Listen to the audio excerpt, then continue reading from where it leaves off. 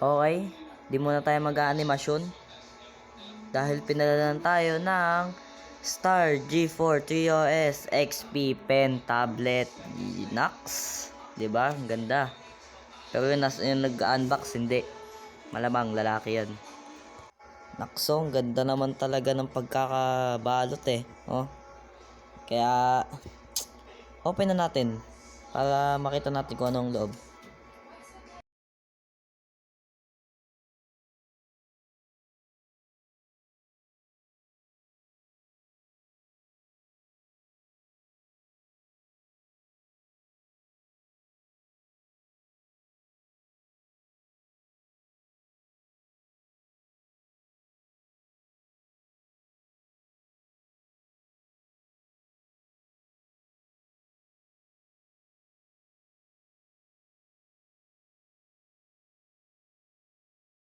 And open na natin. At ang unang bumungad sa atin ay ang pen tablet. May foam pa siya para siguradong secured para di masira. At mamaya na natin to para makita natin yung loob. Mamaya natin, lagay muna natin yun dun.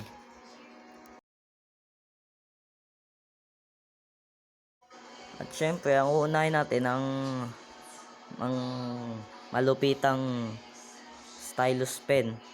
Kunin na natin yung stylus.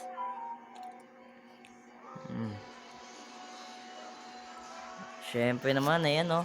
Stylus pen oh, napakaganda. Bumugad sa atin yung kanina eh. Ito, ang ganda na ito. Ayan oh, Nax. Ganda, ganda, ganda. Perfect, perfect, perfect. At ayan, at syempre ito, yung extra para dun sa stylus. Hindi ko din alam kung ang tawag yan eh. At next na. Ayun, pinadalan tayo ng singsing.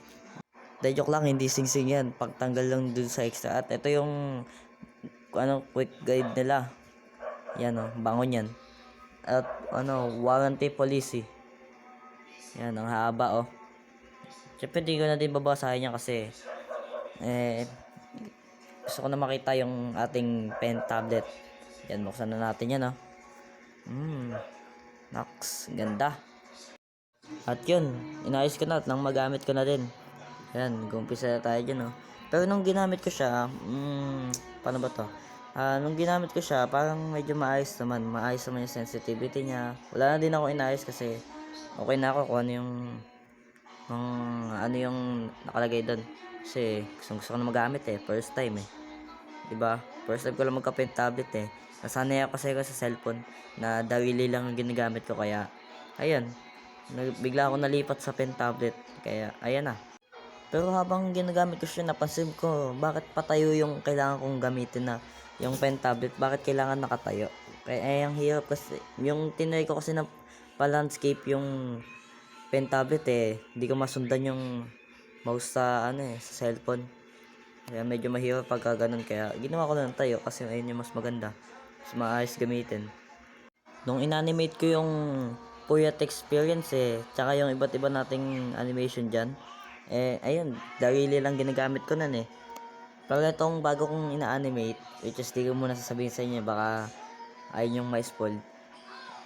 Spoil ba yun? O spoil? Spoil. Basta yun. Baka kasi ayaw nyo, kaya di ko na muna sasabihin. Malalaman nyo na lang yun pagka na-upload ko na, 'di ba? Siyempre, malalaman nyo naman talaga yun kasi kung manonood kayo, kung titignan nyo yung channel ko. Pero dahil nga dawili ginagamit ko, kaya gumagamit ako ng finger sleeve. Pero medyo madalas din nun, naalala ko habang nag-animate ako, nalaglag yung CP ko taas pa naman nun. Kaya, ayun, buti lang, di nabahasag.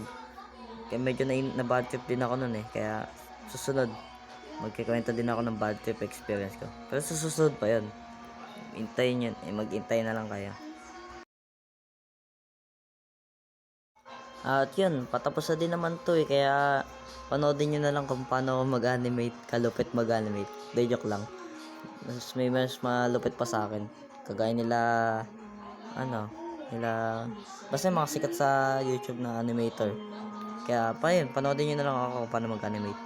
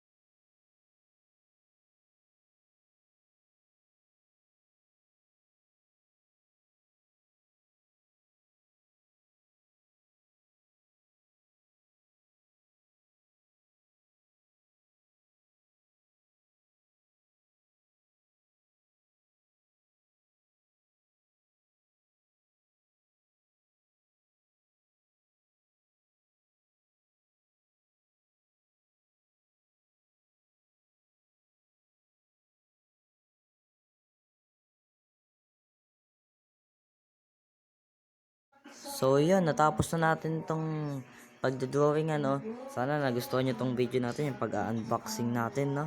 At ang ganda ng quality niya, ng sensitivity. Yun lang. So, end.